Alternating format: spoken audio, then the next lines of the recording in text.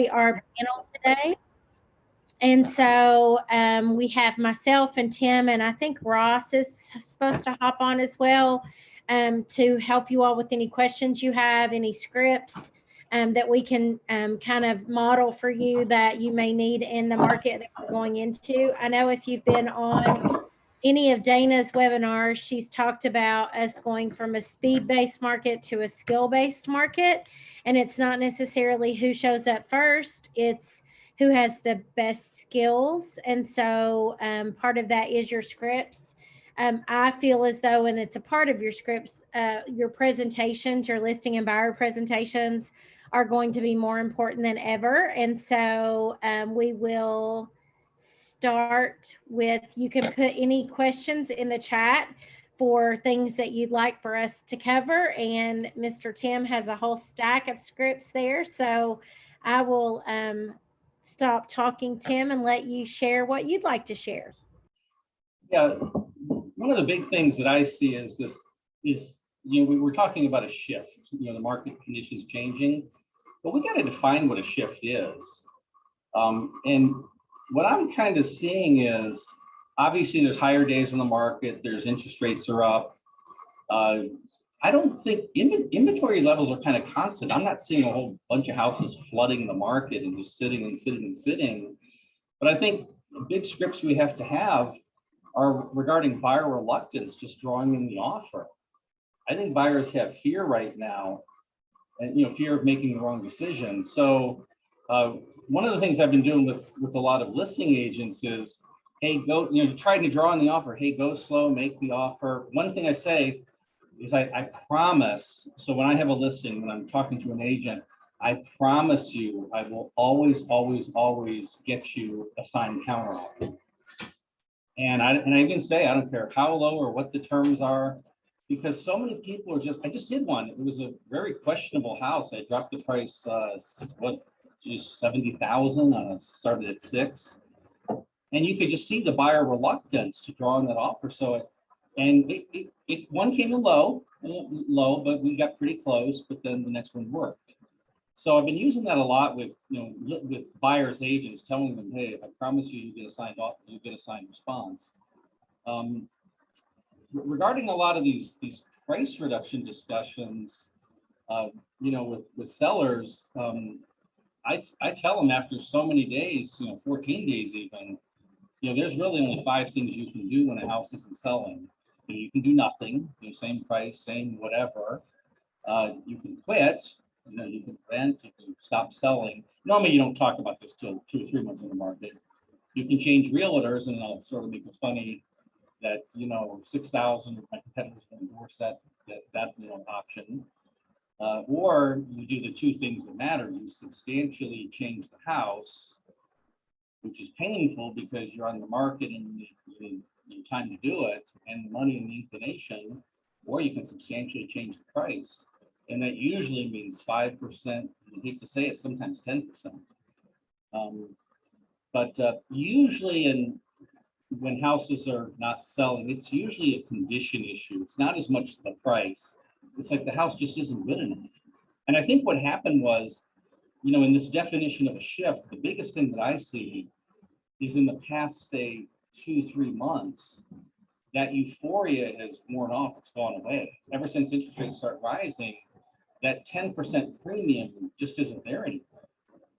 You don't really get 7 to 10 offers anymore. You're lucky to get 1, maybe 2. And gosh, if you get 3 or 4, that's tremendous. So I've got a lot of other things here, but I'll let others jump in.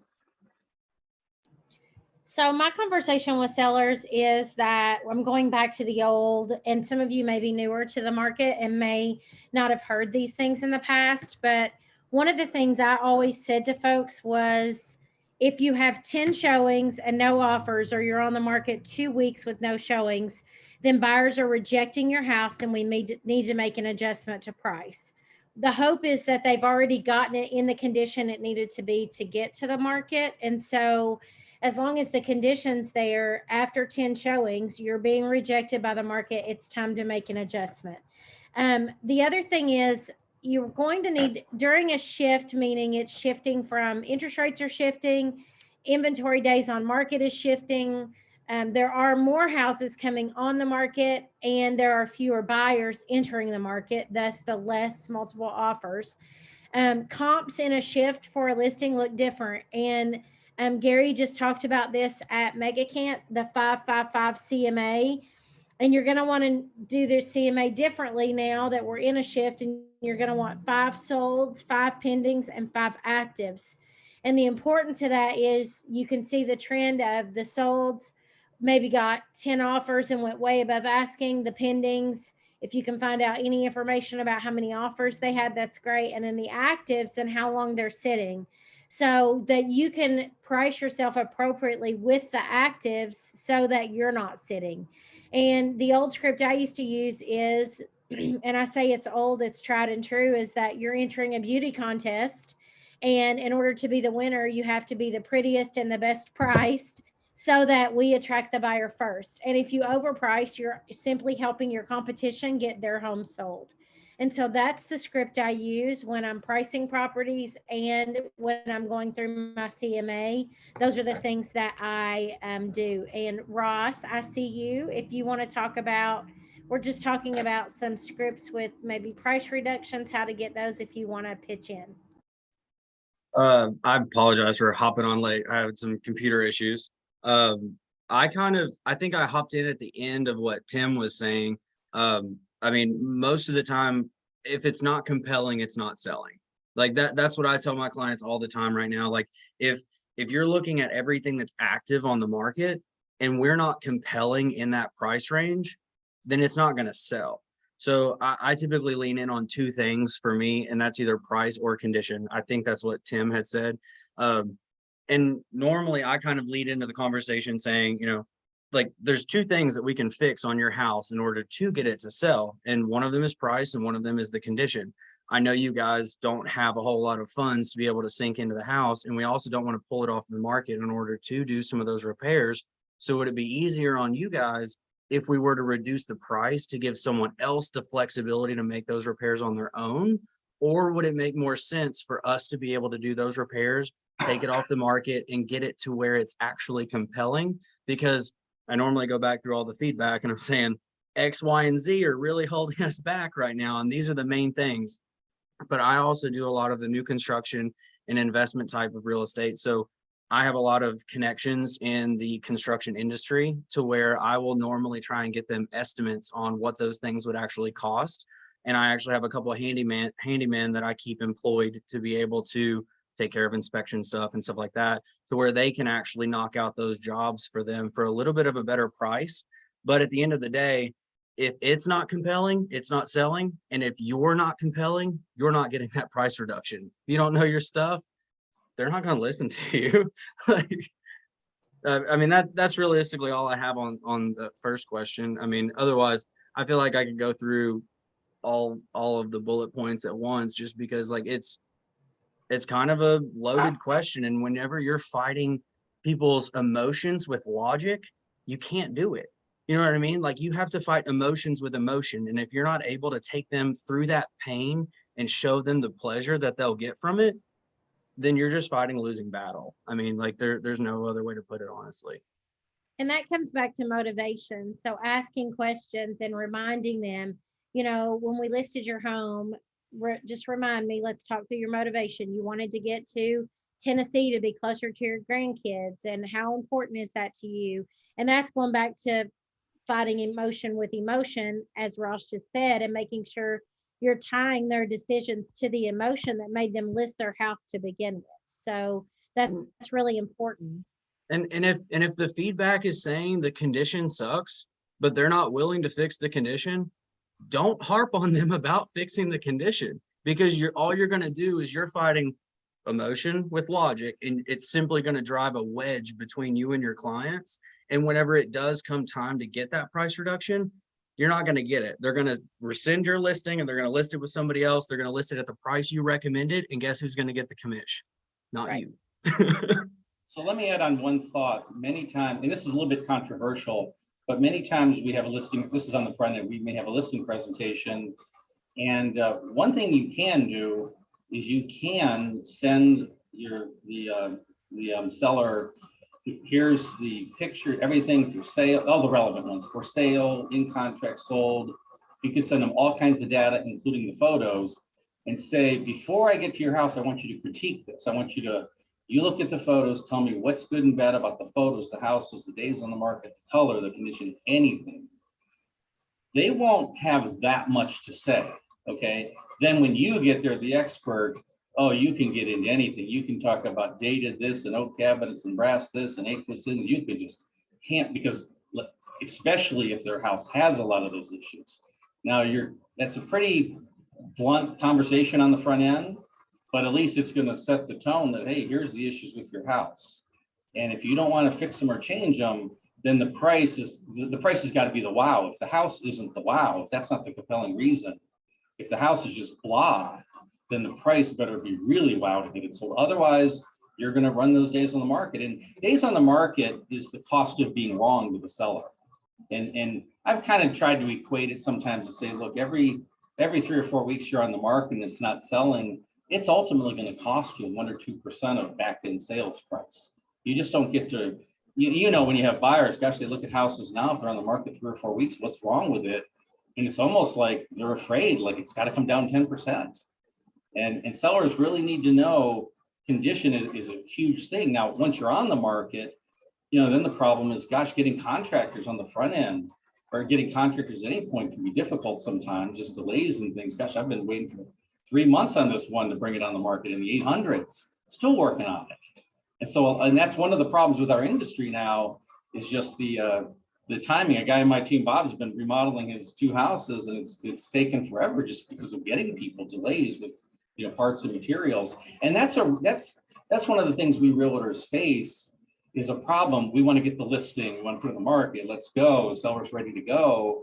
But unfortunately, unless they've got a jump start on getting their house ready, they may be talking weeks, and I hate to say, sometimes 2 months to be ready. And that's a tough discussion. Any questions you all have about price reductions before we move on to other topics? Yes, Stephanie, we're going to address that in just a second. Any other questions about price? Any questions about price reductions? All right. So the other thing that they harped on a bit at Mega Camp was to have your listing and buyer presentations dialed in, and to start sending a pre-listing packet again. And so you can go on to the recap from Mega Camp and kind of watch some of those sessions. It's really important that you have a good listing presentation and a good buyer presentation, because you're now going to be competing for listings. So I would presume over the last 2 years, you probably got a call that said, Ross, come list my house. And they did not probably interview 3 or 4 people. And now that the market's shifting and days on market increases, interest rates are up, inflation's up, all the kind of perfect storm that's happening, people are going to start interviewing agents. And you have to set yourself apart, because otherwise, how are you going to win the listing? And so you know, just showing up and being on time probably isn't going to be enough going forward. And so make sure you dial in your presentations, that you have things in there about pricing, and that you know what to talk about in terms of your market. It's more important than ever that you know your days on market, how many houses are listed, especially in their neighborhood. You're going to take the actives that they're competing against, you know, and these times of, we'll leave it on the market for 2 days and collect offers probably are done in most areas. And so I would just encourage you to, you know, you have to switch your language up and not use those terms anymore. So it's an adjustment for all of us.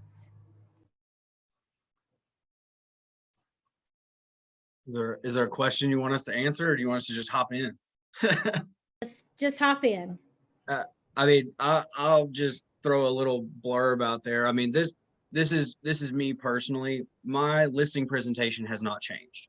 My listing presentation is the exact same as it was before, but there are 2 things that have changed. Pricing strategy has changed, and also my communication with the clients and the conversations that I'm having after I get the listing. My presentation is me, my team, what we do, how we do it, and it's not going to change for anybody, whether you like it or not. Sarah won't let it happen. So like that is our process. But at the end of the day, pricing is going to be incredibly important, because if they're comparing their house now to Billy Bob's house that sold next door 6-8 months ago, and he got up here, but now there's 5 other homes in the neighborhood that are all at the same price, you're probably not going to get that same price. So for me, I'm shortening the amount of time that I'm looking at my comparable sales to make sure that I'm hitting like that 3 to 6 month window more so than that 6 to 12 month window, just to make sure that I am getting in front of pricing, because as it's curving, we want to make sure that we're getting in front of that. And then also, price reduction conversations suck. No one likes having price reduction conversations. And there's not a script that I can tell you that is just, hey, you say this and you're going to get that reduction 84% of the time, or whatever. There is no rhyme or reason to it. But if you try and hop in on, like, if they haven't heard from you in a couple of weeks, and then the first conversation you're reaching out asking for a reduction, they're going to say, what have you done to earn my reduction? What are you doing to sell my home? And so, like, if you don't have any ammunition, and if you haven't been touching base with your clients weekly in order to keep them updated on what you all are doing, what they could be doing, you're showing feedback, you're showing activity, the market activity, and what just happened with interest rates last week. I mean, if you're not keeping your clients up to date, you're doing them a disservice, because they're using emotions and they're trusting you to use logic. So I think for me, my presentation hasn't really changed a whole lot other than pricing, but also every single conversation that I'm having, it's every single week. We have a scheduled time where we call all of our listing clients that are active, even though there's not really a whole lot of them at the moment. We'll call them, and I'm never saying, hey guys, we need to do a price reduction. How much you want to drop it? Like, I'm always touching base on, hey, if we don't get something in the next couple of weeks, we may, or in the next couple of days, we may need to reduce it. Or, hey, if we're not willing to fix that, we may need to reduce it. But I'm not giving them a hard sell that we have to reduce this, because the second that you do, in my perspective, I feel like you kind of become a little against them, and it drives a wedge between you and your clients. And that rapport is the most important thing whenever you're trying to help them sell their home. If they hate you and hate the market, they're just going to pull it off. And most of the time, a lot of sellers right now, they don't have their next spot lined up yet. You know what I mean? They're just putting it on because they hear that the market's crashing or something, and they want to make sure that they're getting top dollar out of it. So if you're not combating that proactively, it's going to really suck on the reactive side of things. So, Tim and Ross, what do you say to a seller who you meet with that says, I think I'm going to wait until the market is goes back to the top, since we've started seeing a reduction? It has been a pleasure meeting you. No. No, Ross, that is not the script. that's a good question. And what I do, I read a lot of read a lot of news articles, and I usually have them saved. And there are many articles, even in the last 30 to 60 days, that are pro real estate. You know, I hate to say it, we are not economists. And by the way, even economists are like the weathermen. They're like wrong all the time. So to really talk about the economics of houses and inventory, so we can talk about it. It sounds good. But realistically, houses are still coming on the market and selling. Actually, the market, I would think most realtors today would think the market's actually good. It's still a seller's market. It's just not a euphoric market anymore. That big premium is just not there anymore.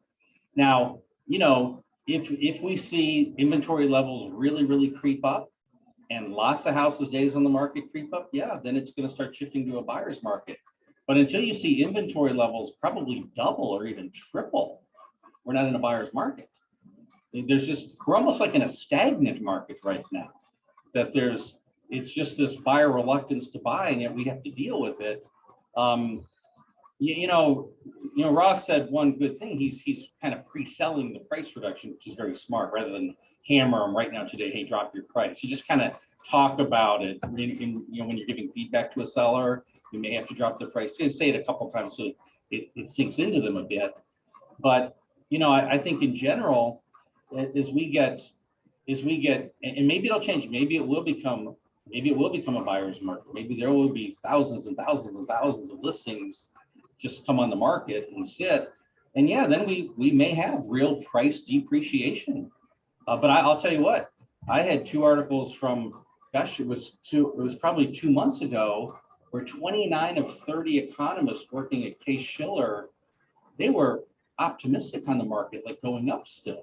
And then Realtor.com, I have it, the article said Columbus, Ohio, my town, that was predicted as #1 in the country, expected appreciation for 2023. And I look at this data, these are just news articles, but there are still a lot of bullish articles on real estate going up. And so it's that whole notion. The question is for anybody today, your house, do you think in the next 12 months it's going to be worth more or less? If you really believe values are going down, 10% plus, don't buy a house, just rent, no problem. But if you think it's the same or maybe up, it's a good market. And I would also kind of tie into that. I mean, I geek out on numbers. It is what it is. I love macro and microeconomics, and you're 100% right. Not all economists or what call themselves economists really do know what is actually going on or will go on. All we can do is look at what the Fed is releasing information wise, and we can see what they're doing with rates and what their objective is. So in my mind, not to get into the microeconomics and all of that stuff, because I'm sure you all have heard plenty about it, but the market that you sell in is the market that you buy in. Like and that goes for 90% of all of our, oh, what just happened? That goes for about 90% of our clients. The market that you sell in is the market that you buy in. It might be a little different if you're keeping that property as a rental property, or if you're wanting to do, something along those lines. But for most of your retail, resale buyers and sellers, the market that you sell in is the market that you buy in. If you're buying at a high rate and you're worried you're not going to get top dollar, you're also going to probably not give someone top dollar. You know what I mean? So the same way that somebody might whittle you down, you're going to whittle somebody else down. The same way somebody else is paying a higher rate, you're going to be paying a higher rate. So trying to time the market is simply crazy in my mind, because if you need to move, you need to move, like if there's death, divorce, marriage, babies, whatever, when life happens, the market you buy in or sell in is the market that you buy in. I don't think it really matters what the rates are or what the economic situation is. What your new rate might be versus what you're currently locked in at. Yeah, that's a pretty big hurdle to jump over sometimes if you're locked in at a 2.75 and rates now are at 7. Like, that's going to be a huge hurdle to jump into. But also at the same time, you just have to realize that the market that you're selling in is also the market you're buying in. And I think that once you kind of break it down into layman's terms for them like that, and they stop worrying about, oh, is the Fed going to do a 0.75% raise or a 0.5% raise? Are they ever going to stop this? Is the inflation ever going to get down to 2% like their objective? Yeah, I could tell you one way or the other, and I could tell you what I believe, but it may not do you justice as my client. Well, and I totally agree, Ross. That's why I wanted to show this mortgage rates history. Gary and all the people I've read about, no one can say it with confidence, but we may never see the rates we just saw again. It was kind of an anomaly. And so if you look here, the average rate and the median rate, the historical average is 7.81 and the average is 5.97. And so one script that I've heard is that you marry the house and you date the rate. So if you lock in at 7 and next year it goes to 6, then refinance. We went through a whole rash of that as they went down from the time they started going down until they hit 2.96. And so just because you lock in at a rate doesn't mean you have to keep that rate forever.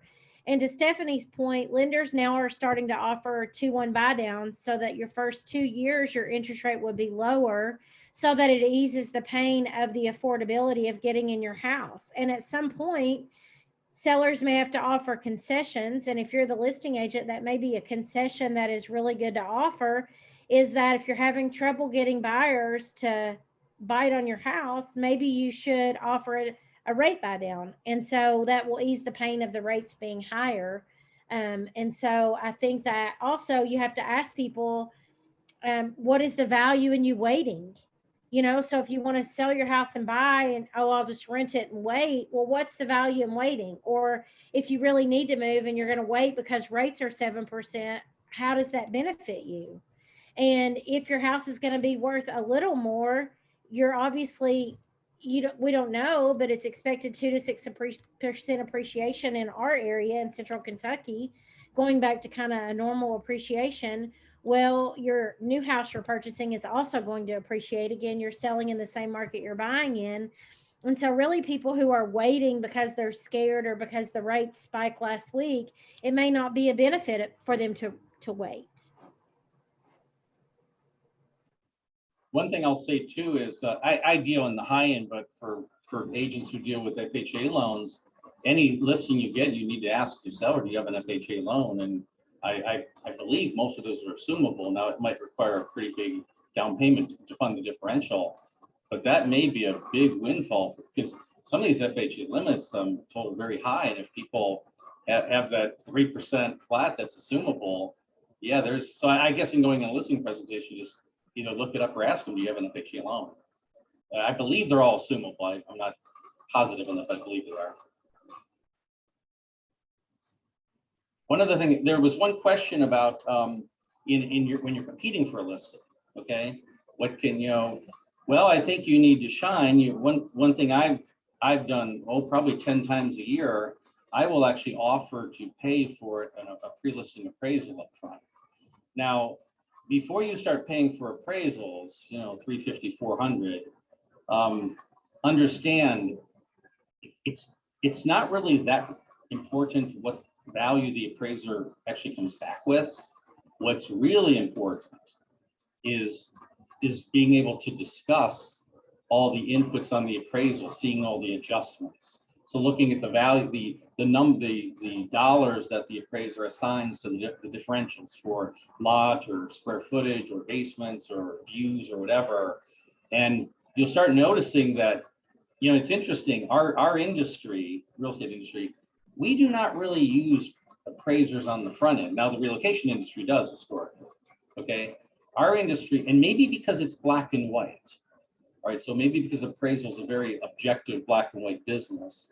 And in the reality of selling homes, a lot of it is subjective. How nice is it, colors, condition, updates. Appraisers tend to be black and white objective. We realtors tend to look at the subjective side. But in ordering appraisals on the front end, it does invoke a lot of discussions. And I was talking to Barb Piper in our office last week. One of the things in appraisal is that they may only use $50, $60 a square foot as a square footage differential. We realtors may see houses selling at just at $200 a square foot, and there's this presumption that every square feet is worth $200. The appraisers don't look at it that way because somebody might say, well, my house is 800 square feet larger than that one. Yeah, but that house is a lot nicer, and the appraiser only gave you for that 800 square feet $50 a foot, 40 grand. If you want to value it $200 a square foot, that's 160. That's a huge difference in how we view value versus how the appraiser. So in ordering appraisals up front, you got to be very experienced in looking at their data fields and understanding their logic. And I'll tell you what, appraisers, it's kind of amazing how they can differ in their logic, how they even view things. So that's a very interesting field. And I would encourage realtors to attend any kind of classes on appraisal and talk to appraisers and see how they think and review them. I have literally in my office probably 200 or 300 appraisals. I often bring appraisals to listing presentations as an example to say, here's what you can expect. And so, and sometimes you're shocked. Sometimes the appraisal comes in a lot lower than, sometimes comes in higher. And you just have to be ready to talk about that when it happens, okay? Okay, we've talked about listings. So tell me some scripts that you, as you show buyers, and Ross, you all may not show a lot of buyers, but what are some scripts to encourage buyers in this market where rates just went to almost 6.875? what are some scripture using to kind of get those buyers off the fence?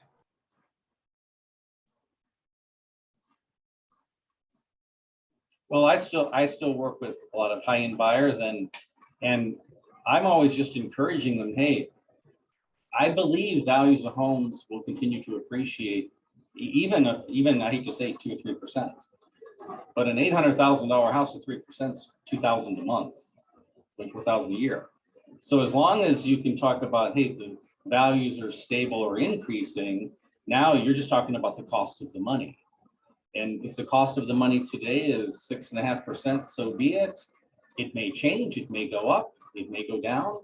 I always like to say 3 things happen in real estate. Prices go up and down, interest rates definitely go up and down, and property taxes go up, okay? They don't seem to come down. So if you can buy a house today and the expectation over a 5-year, 10-year run is an average of even 3% appreciation, so the asset's going up in value, the price of the money, it is what it is. And if it goes up, you'll be thankful you locked in 6.5%. If it goes down, you'll refinance back down to 4.5%. You can even make the analogy like gasoline. So gas went up to, gosh, almost $5 a gallon, I think. And everybody's crying and screaming. Now it's kind of come back down. And I think there's projections it's going to get to $3 a gallon again. And that's a huge difference in maybe a 1-year time period. So it is very likely that interest rates still may go up more, and it's even very likely they will come down. I don't want to predict it, but I don't think we'll see the sub 3 anymore. I think we easily can see 4, 4.5. And if it happens, good. If it, as long as the asset, the house continues to rise on an average, that usually bodes well for the house. Oh, by the way, but one more thing. I don't study a lot of rents from, but everybody I talk to, rents are outrageous. Rents are, I mean, I rent a lot of high-end condos in the, I hate to say, $3,500 to $4,000 a month. And there's people are paying these rents $2,000, $2,500, $3,000, $4,000, and they don't look like they're in any way going down. They may actually go up a lot more than houses in the next 2 years. Well, to one off of that, I primarily work with sellers and investors in construction. So I don't really do a whole lot of the buy side, but one of the things that I do a lot of with the buy side is the house hacking strategy. Like typically whenever I have like first time buyers or someone that's already living in an apartment and they're looking to get their next space, one of the things that we'll do is we'll kind of set up a process of figuring out what they could get approved for, like for a house, what they could get approved for at a duplex, triplex, fourplex, because most of those, like, they're not going to be able to get approved for 10, 25 units or anything like that. So a lot of times we'll kind of approach it from that perspective and just kind of talk to them about what that would look like if you were to just buy a rental property. Like the Fed has already said that they're going to increase rates 0.75% next time and then 0.5% the time after that. The rest of the year, we're going up another 1.25%. Like there is no ifs, ands, or buts about that. The inflation rate was at 9.1%, where we went down to 8.6. Now we're at 8.3. They're going to keep this going, and they've already said that they're going to keep this going until we get an inflation rate down to 2%, which is, to be honest with you, it's probably going to take about 2 years. So we're getting into a situation where rates are going to continue going up. And if they don't continue going up, they're going to stay where they're at for a long time to try and choke that inflation out and bring it back down. So if you're not willing to jump into a house right now, maybe we look at getting you into an apartment that you're comfortable living in for the next year or two while we ride this wave out. And instead of paying rent every single month, you're essentially, yeah, you're paying more in interest, but you would be paying someone else's interest on that rental property that you were in. So why not put it in your own pocket and set yourself up as these prices keep appreciating? Because as prices are going to keep appreciating, what you're going to be able to do is you could potentially refinance that out later, do a commercial portfolio loan or something like that we do. And then you have all of that equity. You didn't even have to sell that property. Now you have all of that equity. You can refinance out. You take that chunk of money, and that's your new down payment for that next house or that build or that farm or whatever the heck it is that you want. So in my mind, I've done a lot of house hacking lately. And then I also tell them like, hey, we've got a bunch of townhomes here in town. If you want, like, we can put you up in that. That way you can, just kind of feel it out. And then I'll let you out of your lease if you decide that you want to buy something. So, I mean, we've got quite a few townhomes here in town. And so we try to leverage those a little bit for our buyers that are on the fence.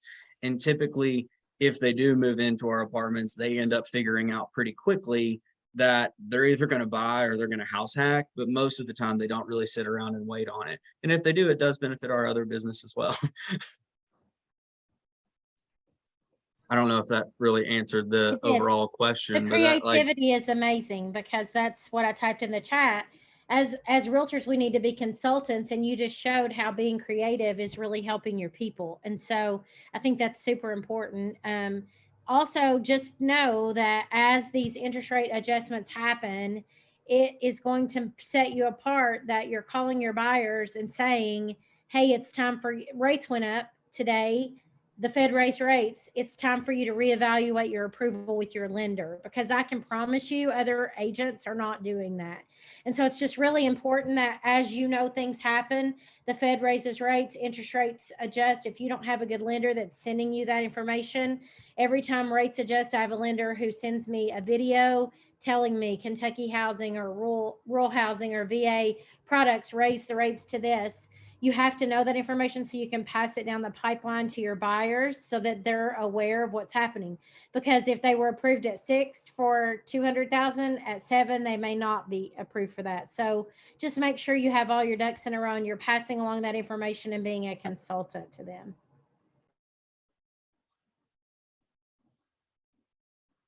I agree with that 100%. I mean, like, I believe as realtors, a lot of people get into it for the free flexible schedule and all that good stuff. I mean, that's for you guys, but I run this 24/7.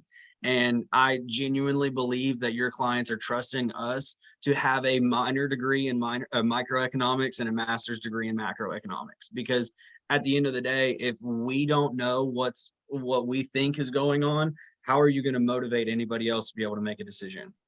Like if I was just like, oh yeah, rates will come back down, and I wasn't being realistic, I'm going to set that client up in a house and they're not going to be happy with me later on, unless that's truly their decision to make that decision. Does anyone have any other specific questions about some scripts that you can use or some knowledge that you need? I have another slide I'm going to share. So if the screen goes blank, give me just a second. Just I know another somebody thing has to have a question. Yes. At least Unmute like 2 or yourself. 3. That's not what I wanted to share. Hold on. I want to start clicking through and calling on people if y'all don't have questions. Right. Well, your girl's struggling here. No one has their camera on. They're like, don't talk to me. iPhone 93, you're up. Well, I cannot get this unshared. So sorry. What was the essence of the screen? Here we go. Is that shared now? No. No. Great. Okay. What have I done? What is it you're trying to show? I'm trying to show home sales. Oh. Sorry. And how there's still plenty of houses selling and that. But I just won't do that. We'll take your word for it. Okay. No questions, really?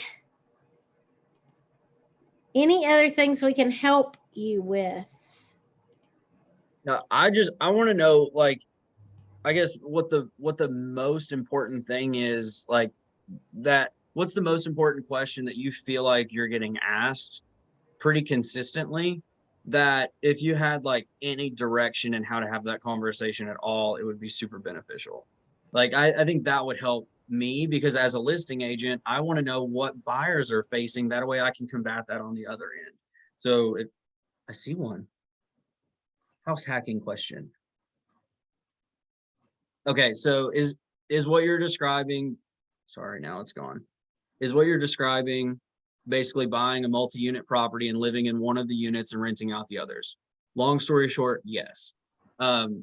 Like you can do it however you want, but most of the time what people will do is they will buy like a 2 to 4 unit complex. And then what the bank actually does is they will take the income generated from that property. They'll add that to your already income that you make at like a W-2 or a 1099 or whatever that might be. They'll add that income to it. So if you were able to get approved for $300,000 before, now you may be able to get approved for $500,000 because you're adding on that income that you're going to get as soon as you take over possession of that property. So it gives you more buying power, which when we're in a game of appreciation and we're playing percentages to where you're about 3% appreciation per year. Essentially you're going to get more appreciation off of 500,000 versus 300,000. You're also going to get more rent off of 500,000 versus 300,000. However, I have also had some clients that have said, hey, I'm really close with my family members and we want to do like a ranch on basement and kind of like split it up almost duplex style. Hopefully no one on planning and zoning is listening to me say this, but we have done that before. There are different ways that you can get creative with it without having to do multifamily, but I think the easiest and the most tried and true method is multifamily. And there's even some programs that you can do like Kentucky Housing or USDA to where you can get those properties with zero money out of pocket. Or with the market that we're in right now, you may be able to negotiate that seller paying some concessions or some closing costs or something along those lines to be able to make it worth your while. I mean, I've helped quite a few people do them, and typically like the same way we would add closing costs onto a property. I mean, you can close on a $250,000 duplex and at an FHA loan and say, hey, there's $10,000 to go towards repairs and concessions on the property. You get a credit at closing for $10,000, and that almost covers what you were actually came out of pocket with. Or you just pay that out of pocket. You keep that as like your little nutshell, just in case something happens. It's your not necessarily a rainy day fund, but if you need to replace a roof, I guess it's a rainy day fund. Did that answer the question? I think. So we have another question. In areas where we have strong job markets, I have a client that is dragging her feet to lower her price because of the projected future value of her home. We've had the talk about current market conditions and she has a need to sell, but the seller agreed we've been seeing the last couple of years is in her head. It also doesn't help that she got her license in another state and is hearing other agents in her ear about an area they know nothing about. Advice or scripts are welcome.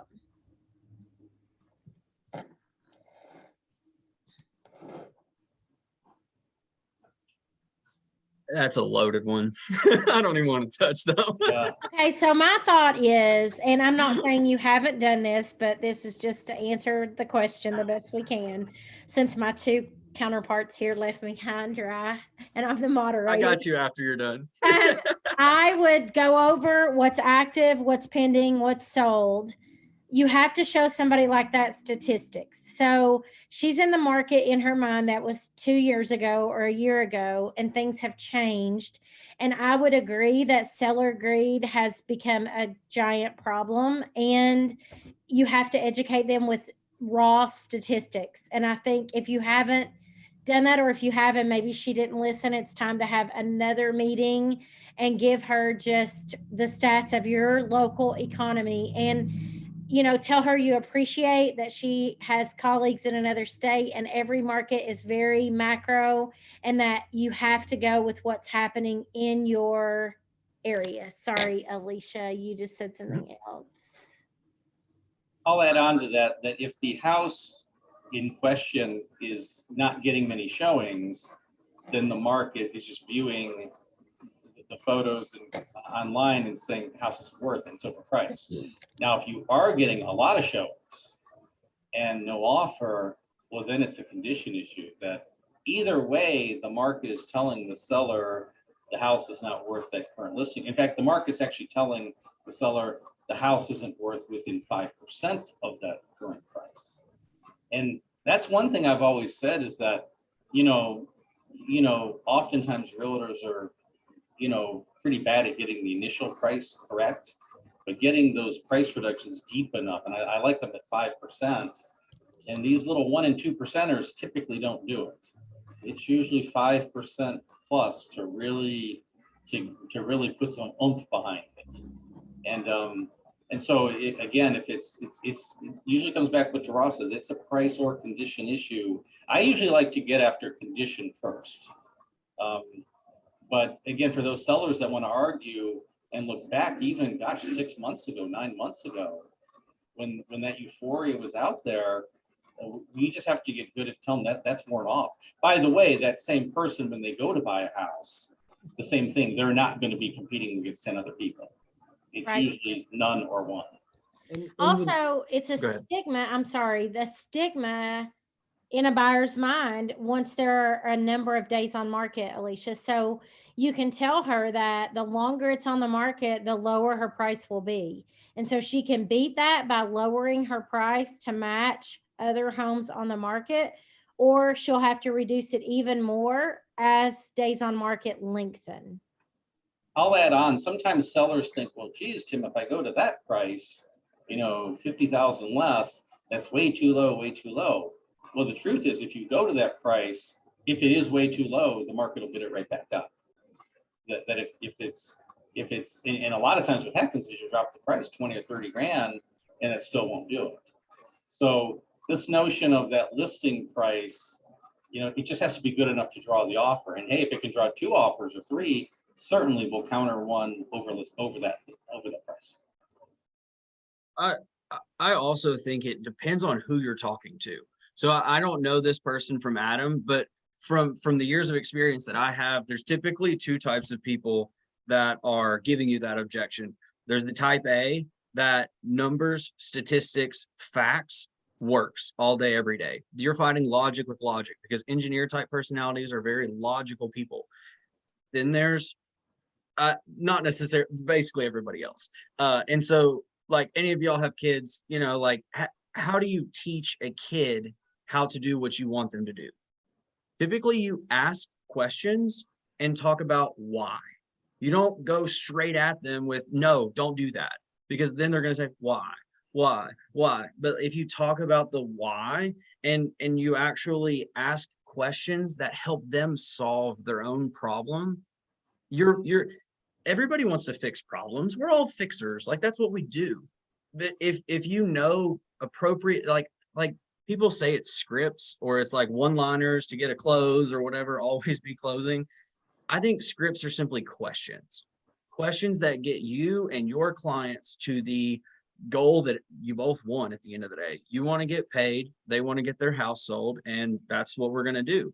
So if you can't fight them with logic and with reason and with statistics and numbers, then I think you need to go from an approach where it's a little bit more emotion based. That way you can ask them questions that help them get their pain, and then you walk them through that actual pleasure. They don't care about your spreadsheet. They don't care what the other house sold for. They want their price. You know what I mean? Like there's 2 different ways to do it. And so depending on how this person is, that's kind of how I would cater it to them, because I think the disc personality is very important. And I think you need to know, like I tell people, the most important thing that you can do is figure out a person that that's a high D, a high I, a high S, and a high C. You need to know those 4 people. That way, when you're talking to somebody else, you can say, oh, this person's very similar to Stephanie. I can see how they process information and what they do and what's going to be very important to them. That gives you instant rapport going into that. And if you don't have that, you're fighting logic with emotions or fighting backwards. And then you're just going around in circles and nobody's getting where they want to go. You're going to walk out of that appointment and you're going to say, I just crushed that because you did all the talking. At the end of the day, you didn't get anything signed. You didn't get the listing agreement. You didn't get it taken care of. Any other pain points? Any other things you want us to talk about? Yes. Tim has, hi, Tim. Tim's my team leader, but Ross, I really like what you just said, fighting logic with emotion. Tim has been burdened with 2 buyers of mine. They're on the high end. They're looking around 8 to $1 million in Muirfield and Jerome, and then another in like the 7s. And then I have another one in the 4s. But each one of them is at this teeter-totter point where they're going back and forth, but they both text me in the last day and said, I think we're going to rent in Jerome, or I think we're going to rent in Upper Arlington and come back in the fall. And I've done all of the numbers things. I actually did a PowerPoint presentation at another group I'm in showing, Troy Marsh had great slides the last time he did a market update, but talking about the differences between now and 2008.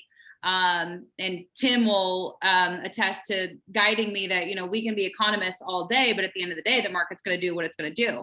So I've tried to guide them on like the why with statistics. And maybe the answer to the question is I'm not doing the emotional piece, getting the emotional piece, because I don't know how waiting until fall is going to help their situation. They're both financing. So if interest rates go up, I guess I'm just looking for insight on getting into their brains. Do they think that inventory is magically going to spark and, crash and have foreclosures and Muirfield? I don't know. Kendra, I think find who wears the pants and what they respond with, emotion or logic. Because at the end of the day, the decision maker in the house, I'm sorry, I shouldn't even say it like that. The decision maker in the house, typically it's the wife. Typically it's not the one that you're talking to. That's one of the big ahas that a lot of people don't realize. The person you're talking to is typically the one that's more chatty Cathy or wants to be more relational. It's typically not the high D personality that's getting down to business and telling you how it's done. And then you're talking to them, you're establishing all of the rapport and all the things that you need with them. However, it's not being correlated to the other person that's actually making that decision and telling them my way or the highway kind of sometimes. Kendra, the other thing is, go back to that question, what is the benefit to you to wait? What is your perceived benefit to wait? And let them tell you. Because if we think the interest rate's going to come down, you have data you can combat that with. If they think prices are going to fall, you have data that you can combat that with. So it's just, I think that was a good question that I had not previously used, is what benefit is it to you to wait, and have them answer that. And so that way, you know what to come back with. Well, and Kendra, I think another thing too is when a buyer doesn't have to buy, when a buyer can rent, or they have a house that they don't have to sell in order to buy, then they have to fall in love. Well, the analytics doesn't really matter. If they're not in love, it's one thing to like a house, but if you've already got a pretty good house and you sold it and you can rent somewhere and that's okay, then really in order to get you to actually commit to buying something, you got to really, really love it. Unless it's just, you got to love the house or love the price, something. Usually it's love the house. And I think, unfortunately, that is one of those things that, you can be looking for a spouse all day long, spouses and houses, but until you fall in love, you're not buying. That's it's not compelling. It's not selling. Yeah, right. Yeah, I think we're out of the market now to where opportunist sellers are getting six-figure checks. I mean, if they're still sitting on a bunch of equity or something like that, don't get me wrong, they could probably still do it. But if you're talking to somebody and you haven't helped them figure out that plan as to what their option A, B, and C are after we do go on the market, they're going to back up and punt.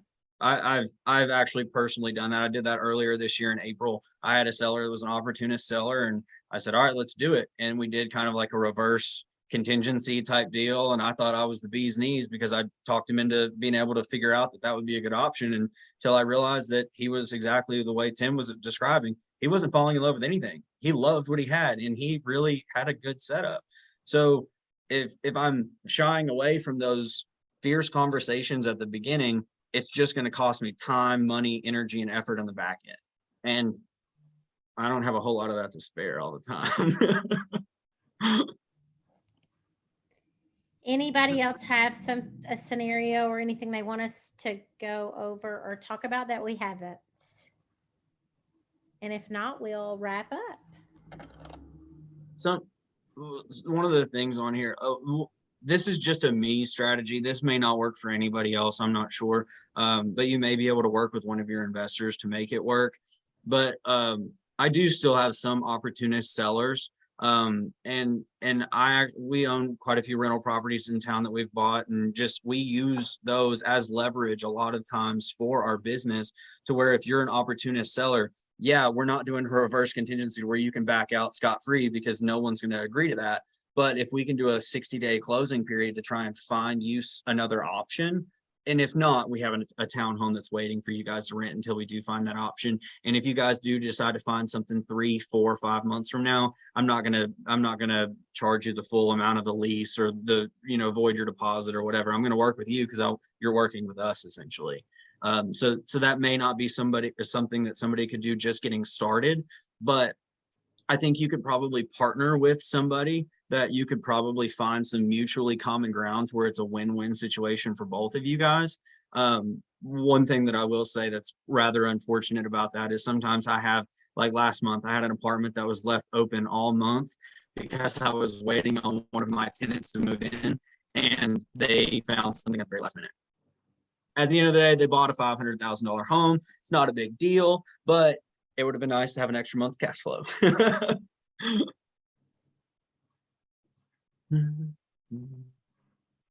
Is rent to own coming back? Oh boy, I hope not. I think a lot. I'm actually getting into some owner financing deals personally. Like if I have like right now I have a duplex that I just purchased, and the owner said, "Hey, I want to make out on all of this equity that I have." And I said, "Well, hey, I'm an investor. I can't pay you market value for a property, But we ended up actually working it out to where I used my commission as the down payment, and he owned the property free and clear. And so we actually just did an owner's note to where he gave me 8 years with the interest rate locked at 4%. Good luck getting 4% right now, guys. I just closed on one this morning for 4.75, but I just closed on that one with him for 4% interest rate, locked for 8 years with a 25-year note. So essentially, I'm going to be able to cash flow very, very well off of that property. And guess what? It's also brand new. So it was a win-win for me and him, because instead of me paying, I'm just going to throw out a random number because I don't know what it is, but like instead of me paying $1,000 a month towards to the bank for giving me the money, this guy is now making $1,000 a month, and he is the bank. I didn't have to go through the pre-approval process. I didn't have to go through all those different hoops and lenders and all these different things. We closed the deal within a week. You know what I mean? Like it was a no-brainer because it was a win-win situation. And if you can find a way to do those in this market, you are going to crush it, because in the next 6 to 12 months, there's going to be so much opportunity to take market share. It's not even funny. And if you set yourself up really well to be positioned for some win-win situations like that, you're going to crush it, and you're going to take more market share than you ever thought possible. Sorry, ran over. No, it's fine. It's back to that creativity and being a consultant, not just someone who opens stores and like it. Exactly. It's not about just selling houses and just about doing what every other agent is doing. If you're doing what every other agent is doing in this business over the next 12 months, you're going to be out of this business in 12 months, because the top 5%, you want to follow what they're doing. And I commend everyone that's actually on this Zoom, because that takes a lot, like this is a craft. This is our profession. This is something that we're studying to be able to be the best at, because our clients are trusting us to do that. So if you're just putting a sign in the yard, putting it on the MLS and praying that another agent sells it, rather than proactively prospecting for your listings, you're fighting a losing battle. Props, Mike. Ross, can you simplify again how you bought this property? Because someone asked the question. Yeah. What was the question? That they don't understand what you just said. So simplify it a little bit. All right. So this guy built a property brand new. He just built the property, and he was getting ready to sell the property. Okay. So on market, let's just say for easy numbers, it was worth $300,000. My commission off of selling a property for $300,000 at 6% would have been, I think that's like 18 grand. So 18 grand is what he absorbed as my down payment. Basically, he got that right off the bat. But it was also his money. I don't know. But essentially it was kind of like a discount that I got. off of it. I just used my commission as the discount. Does that make sense? That was kind of like the down payment. And then my monthly payment, I'm just making to him rather than making that payment to a bank. So like instead of paying, let's say it's a 6% interest rate right now or something along those lines, and me paying $1,500 a month in interest, instead I negotiated a 4% interest rate with him because inflation is 3%. And all he wanted to do was to beat inflation. So I gave him 4%. So at the end of the day, I'm actually paying a lesser interest rate on that property. And also at the same time, he's very happy because, you know, he's getting paid every single month. For him, if he was to own that property still, he would probably cash flow about the exact same amount of money as if we worked this deal out.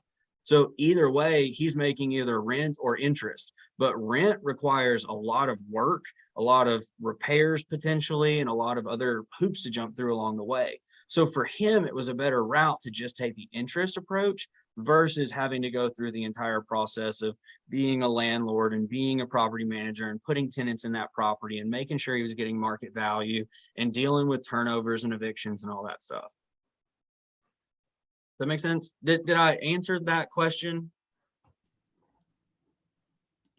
I don't remember. I don't know who had the question, so I Yeah, she apologize said if I thank danced you. around it. It was Marissa. She said thank you.